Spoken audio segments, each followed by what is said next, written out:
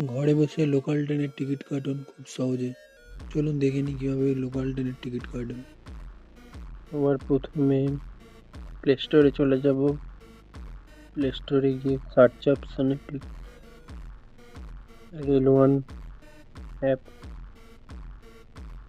Download করে নেব। আমার যেহেতু ডাউনলোড করা রয়েছে এটিকে ওপেন করে নেব। ওপেন করে নেওয়ার পরে এটি আপনার ফোন নাম্বার এবং ইমেল আইডি দিয়ে লগ ইন করে নেবেন। এখানে দুখানা অপশান আছে, রিজার্ভড এবং আনরিজার্ভড। আনরিজার্ভড অপশানে ক্লিক করার পরে আপনি যদি লোকাল ট্রেনের টিকিট কাটতে চান, এখানে ফর্ম সোর্স স্টেশনে যেখান থেকে আমি যাওয়া স্টার্ট করব সেখানে নাম দেবো সেই স্টেশনের, এবং ডেস্টিনেশন যেখানে যাব সেখানে নাম দেব। ধরুন আমি এখানে দিলাম সোনারপুর। এই সার্চ অপশানে গিয়ে সোনারপুর জংশন সার্চ করে নিলাম। এবার যাব আমি শিয়ালদা। এখান থেকে শিয়ালদা লিখবো এখানে, এই যে শিয়ালদা স্টেশন।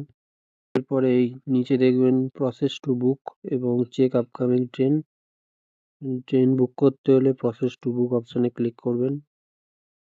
ক্লিক করার পর দেখুন এখানে অনেকগুলো জিনিস দেখাচ্ছে, জার্নি, রিটার্ন। মানে আপনি যদি যাওয়ারটা শুধু কাটতে চান তাহলে জার্নি, আর রিটার্ন মানে যাওয়া আসা দুটোই করতে চান তাহলে রিটার্ন কাটতে পারেন। এখানে অ্যাডাল্ট, চাইল্ড কজন যাবেন, যদি দুজন যান তাহলে এখান থেকে প্লাস আইকনে বাড়িয়ে নেবেন। এই 3 জন করে নিলাম এবং নিচের দিকে আসবেন, দেখবেন ফেয়ার দেওয়া রয়েছে। এই 3টে টিকিটের দাম 15 টাকা। এবং এবার বুক নাও করবেন। বুক নাও করলে এখানে দেখবেন, আমি যেহেতু অলওয়েজ আমার ওয়ালেটে টাকা ভরে রাখি, যাতে আপনার টিকিট কাটাটা ইজি হয়। যদি ওয়ালেটে টাকা না ভরে থাকেন তাহলে ইউপিআই অপশানে চলে যাবেন। ইউপিআই অপশান থেকে পে ইউজিং ইউপিআই করলে আপনি আপনার অ্যাকাউন্ট থেকে টাকা কেটে যাবে। এরপর ব্যাক করে চলে আসবেন।